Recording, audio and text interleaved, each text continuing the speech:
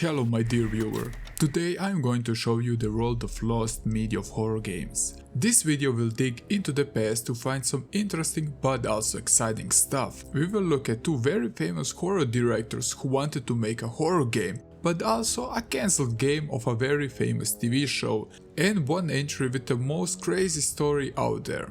I tried to make this video both entertaining but also informative, as I tried to dig up everything I could to give you a good rundown of the 4 lost games we are going to look at today. Do you remember from the last video the wild story of Resi 4, where it went from a Devil May Cry prototype to a Silent Hill clone before it was released as Resident Evil 4 as we know it today? So yes, this video will continue to look at prototypes, cancelled but also lost games. Because it's still spooky season, prepare your shovels because we're going to dig deep to find many interesting and obscure stuff today. And the most important thing is, I hope you will enjoy this video, and thanks for tuning in.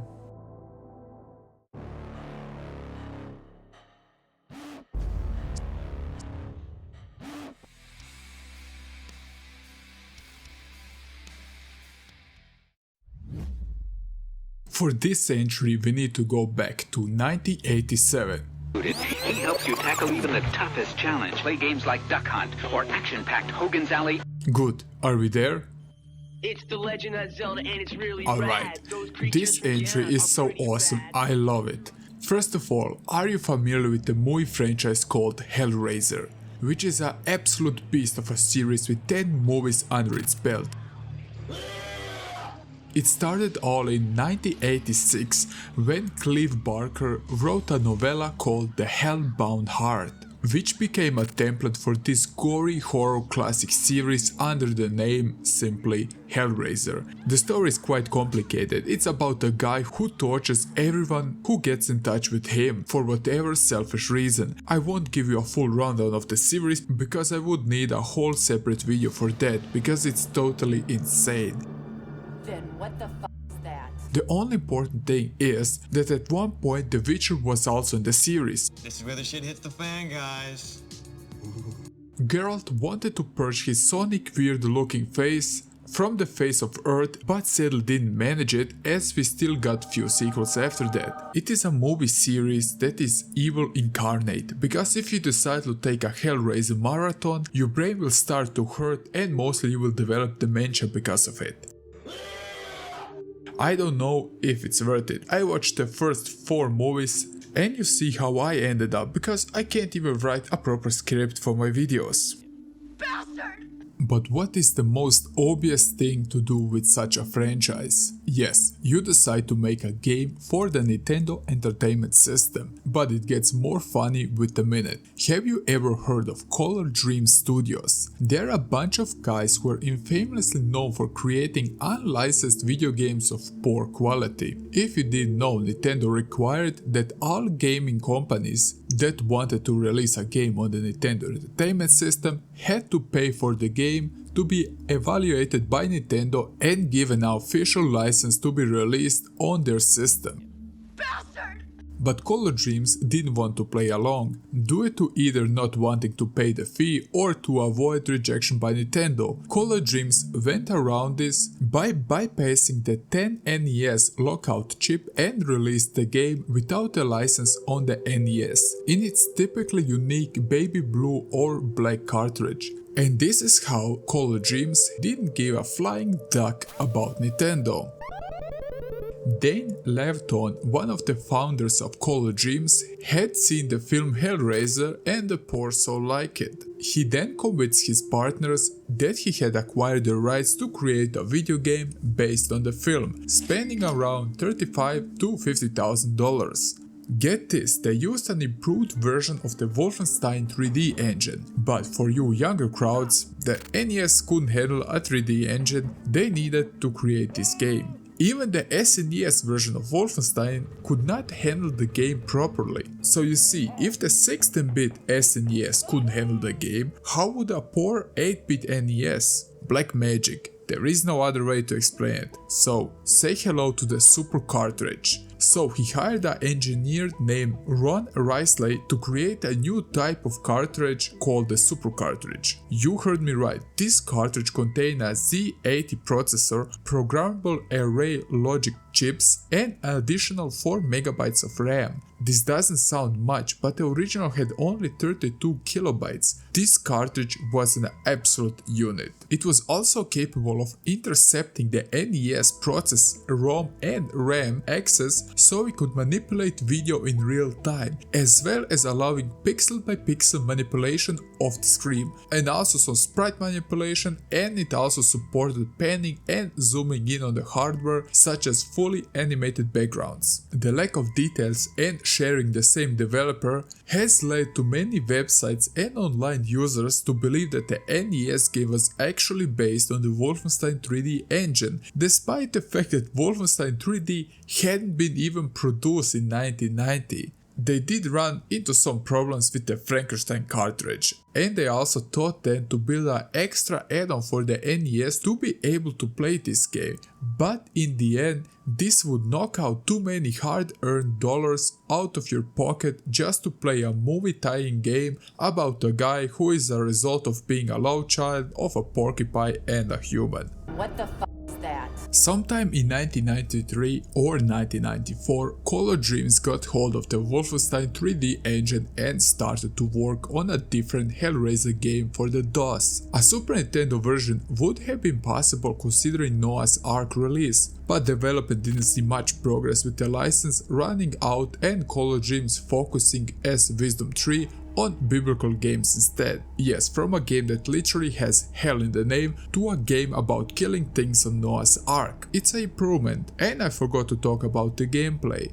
It is focused on a character that was trapped in Le Marchand's puzzle box from the film. The player could find ways in the game to manipulate the outside of the puzzle box and solve it to escape. The Xenobots would interfere with the player's plan to escape, and changing the configuration of the cube on the outside would have affected the level layout on the inside. Once the puzzle was solved, the player and the demons would be free, and it was up to the player to solve the puzzle in reverse order to defeat the escaped enemies. If this sounds confusing, it's because you didn't watch the movie. Okay, who am I kidding? I watched the movies and it's still confusing. And this is how the tale of Hellraiser ends. From a studio with no regards for being sued by Nintendo, to making a super cartridge for a movie tie-in game, to just a game that slowly faded away and was forgotten and is probably rotting in hell for all eternity. Until CV11 decided to remake this game for a April Fool's Day for his channel. An amazing YouTuber with a lot of dedication, so check his channel out for great content and a good time. Now a question for you. Did you ever find yourself crying at night and thinking, why did we never get a game set in the Living Dead world from George Romero? Hell yeah. And if the answer for this specific question is yes, I can give you explanation of why is that. In this age we have numerous zombie video games. It is really surprising that the Living Dead franchise has hardly had any games, considering that George Romero is the godfather of the modern zombie genre as we know it. Wait, hold up. Wait, you telling me? Huh? There is an official Living Dead game? Oh hell no. Do you know how hard I tried to bury the memory of this game's existence? And a great roll reminded me of something I totally forgot about. Bastard! Yeah, if you didn't know, there is one official Living Dead game. The King of Hitboxes, Land of the Dead Road to Fiddler's Green, which was a poorly received game and it was on the list of GameSpot's worst games of 2005. So, you want to know how I got here?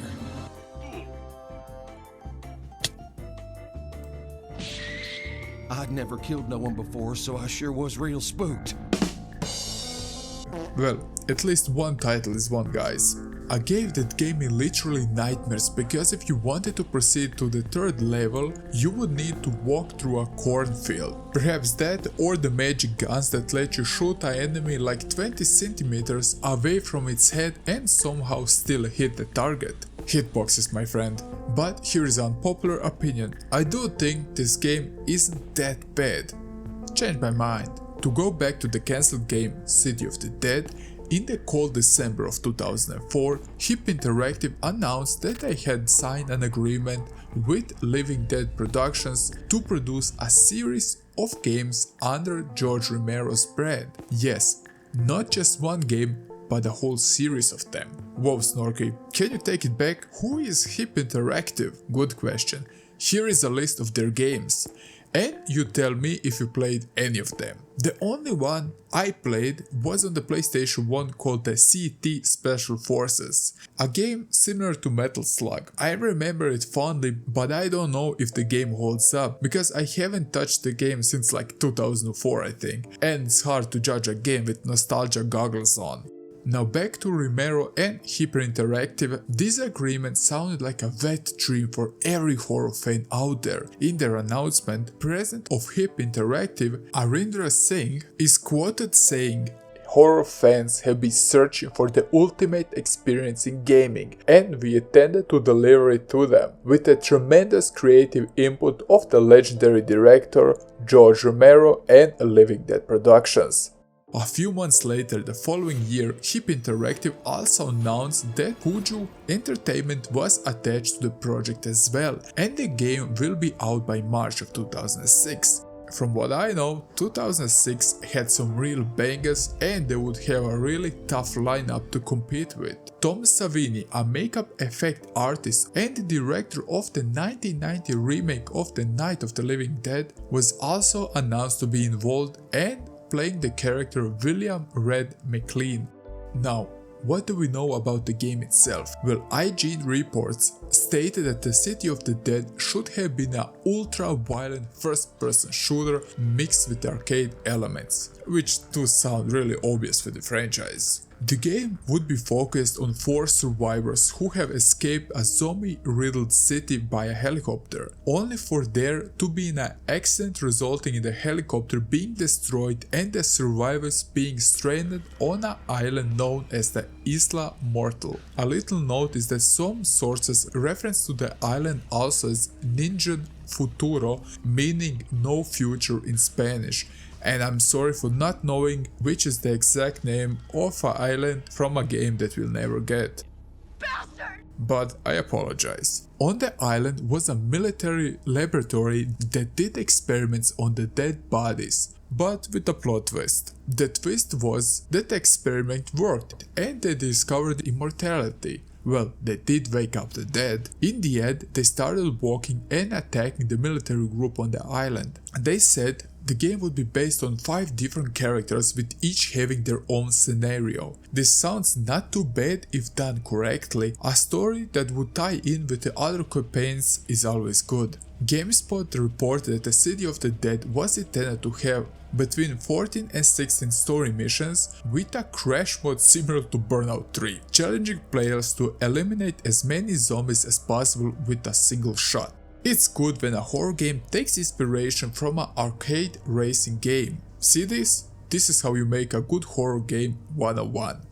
The game would utilize Havoc physics extensively, featuring weapons ranging from traditional guns to custom modifications. The game would include arcade mode, multiplayer mode, split screen, co-op missions and a unique infectious mechanic where bitten individuals had to amputate the affected limb or risking to be turned into a zombie, which sounds very good on paper. In the multiplayer mode, you will be allowed to choose between survivors and zombies, and the E3 trailer showcased the game's features, receiving mostly positive feedback on the graphics and the gameplay. Despite the positive impressions, the game faced a tragic end. I mean, it's on the video about lost media of horror games. Hip Interactive, its publisher, declared bankruptcy in July of 2005. I declare bankruptcy!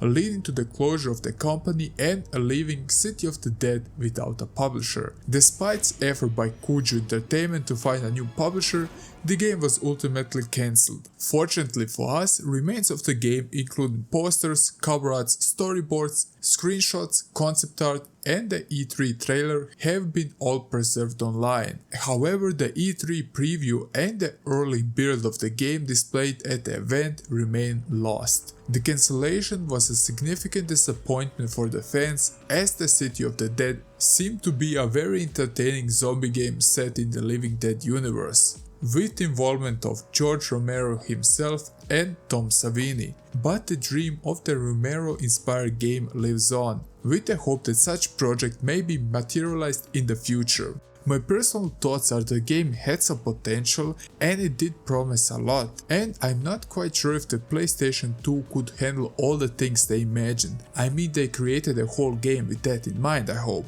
The gameplay did look very good, but framerate issues and how many zombies could be on the screen with such physics before the game blocks is a good question to ask, I think. But again, if we take a look at the trailer of Land of the Dead Road to Fiddler's Green, it also looks solid. Like always, your opinions are much appreciated, so comment down below what do you think about this lost horror game.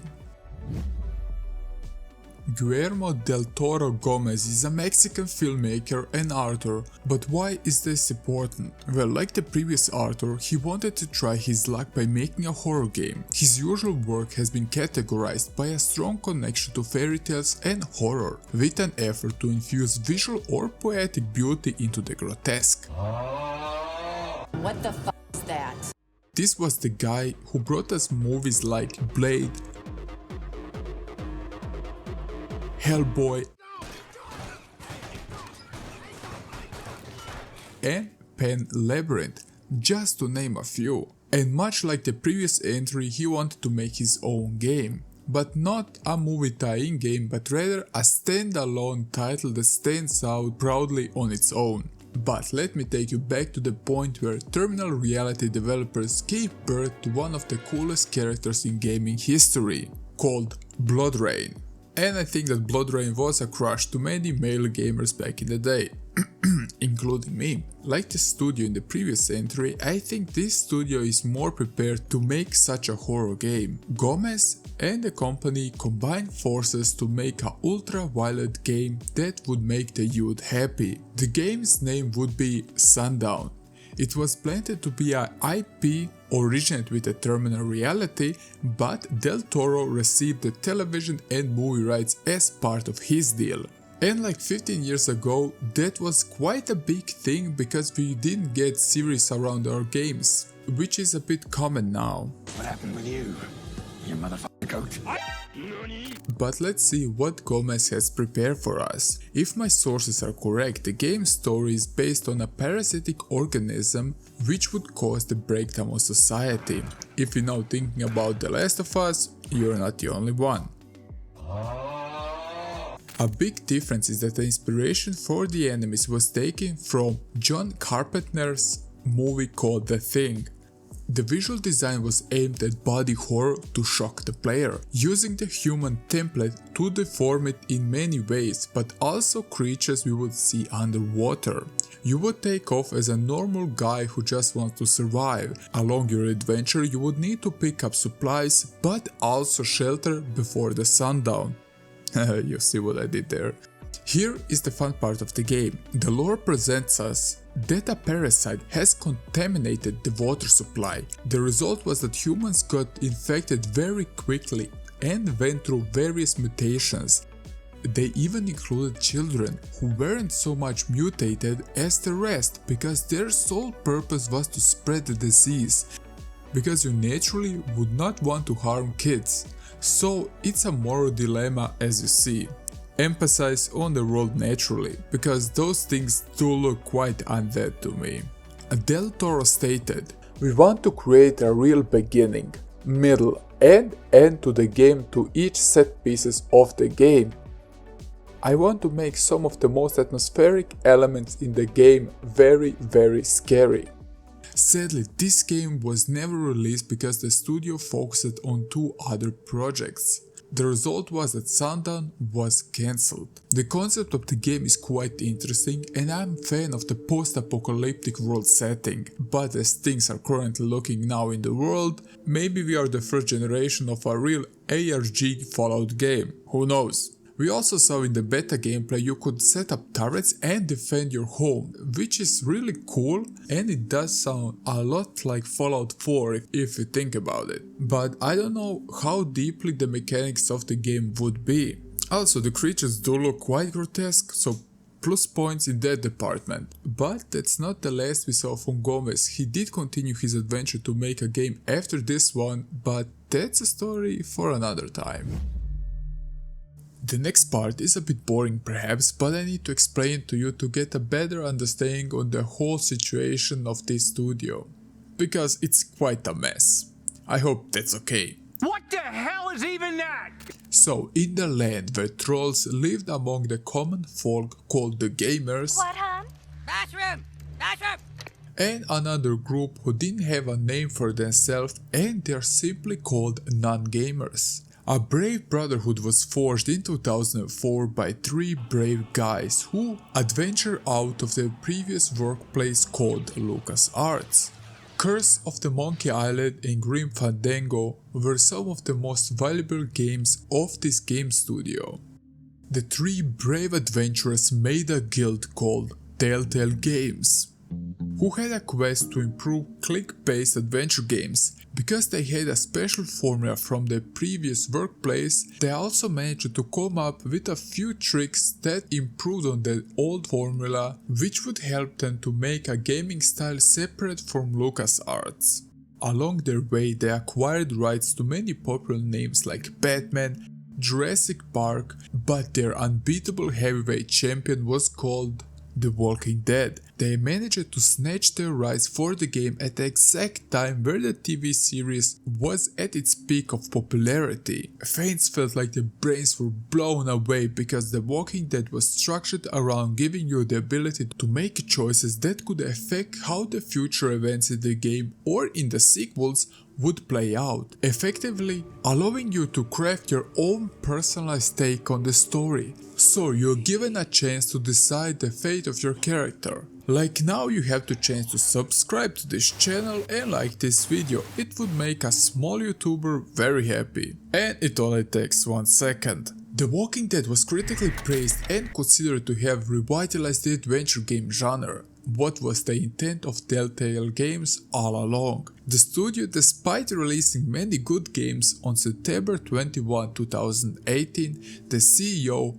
Pete Hellraiser announced that Telltale was undergoing a majority studio closure with around 90% of their present workforce, to be exact 225 to 250 employees were let go on that day, which is kinda rough. A good thing is, as of 2022, roughly 50% of the company's staff is made up of former Telltale employees, because they relaunch under LCG Entertainment.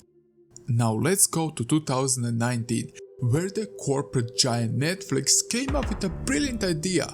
Because of the success of Stranger Things, they decided to reach out to Telltale Games to develop an interactive game based on the Netflix series. The plan was to push the game out in 2019, but in the end the game faced cancellation in September of 2018. The concept of the game was initially proposed in mid-2016, but faced repeated rejections from the company's former executives, who dismissed it as a misguided idea centered around, and I quote, just a bunch of kids on their bikes. But let's be brutally honest, when you boil the plot down of the series, it is just about that. Oh, no.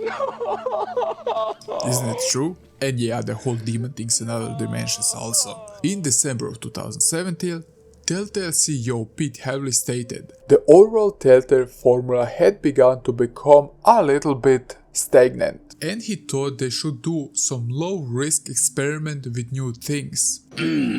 But he was also very aware of how are things standing. But he also stated that Stranger Things was a dream project. With a change in leadership in 2017, a partnership with Netflix was finally established, allowing the development of the game to start. It was expected to be Telltale's first game on the Unity engine, which can be a shot in the foot if you don't know what you're doing. At the same time, a mobile game titled Kids Next Door was also in development by Night School Studios in collaboration with Telltale, serving as a companion piece to the main game. But I don't know about you guys, but mobile games is something I am not fond of. The Verge has reviewed the developer behind the unfinished mobile game, and they said it was a chapter-based first-person narrative game in which player decisions would carry over into Telltale's main game via save file. The mobile game would be set place throughout a single night, with players switching to different kids every hour, each having a different ability. With a character like Eleven, for example, you could use her telekinetic abilities to physically scope out new locations or solve physical puzzles. Following significant layoffs at Telltale and the subsequent closure of the studio, the game was officially cancelled in September 2018. Despite the setback, Netflix stated they still have intention to explore alternative ways to bring Stranger Things in the realm of games. They're not giving up, because money makes the world go round. On September 23, 2018, leaked footage of the cancelled game emerged online, revealing Will as the main playable character, and the footage you are currently seeing on the screen is exactly that. The trailer also presented some first-person perspectives, depicting encounters and hiding from a Demogorgon in the Upside Down. Clues in the footage suggest that the game's setting was likely before events of the second season. Also, the trailer looks bare bones, and it really blends with many games you would see normally on Steam. By the way, Antimo and Veles, known for producing soundtrack for Telltale games, also contributed music to the Stranger Things game, and in October of 2020, 6 unused tracks from the game were uploaded on their YouTube channel. So if you're interested, you can check that channel out. The biggest problem, according to a former employee, was that they acknowledged the Telltale fatigue. The idea that all Telltale games follow the same formula was a real struggle. With a new CEO and a new engine, there were a lot of new pieces in play, which can go horribly wrong.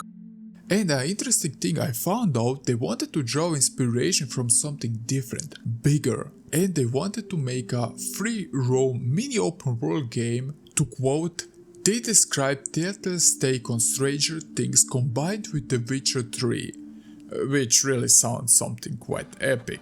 I'm currently playing the Walking Dead Definitive series for the PlayStation 4 because I only played the first season when it was released, and I'm slowly working my way through the whole Walking series. And I need to say that the game has a formula. Maybe it's predictable, but it works. But the writing and how the game is structured around you is just great. It really gives you a sense that you are important and your choices do matter. Hey, Stranger Things sound like a cool idea, but sadly I don't think we won't see this game, especially as the series is now past the 4th season, and everyone knows what happens after 4th season. They start to suck.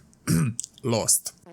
And at the time of writing this script, Season 5 was announced, so let's see what will happen. By the way, if my sources are correct, Telltale is facing again some problems with releasing the new game The Wolf Among Us 2, but enough about them. This isn't a history lesson on Telltale, because you reached the end of this long and somewhat boring video. Maybe it was entertaining, I don't know. If so, leave a like and subscribe to the channel, because I try to post videos like this every week. And if you didn't like the video, give it a thumbs down and please tell me what's wrong with it. That's all from me now. I love you so much and bye.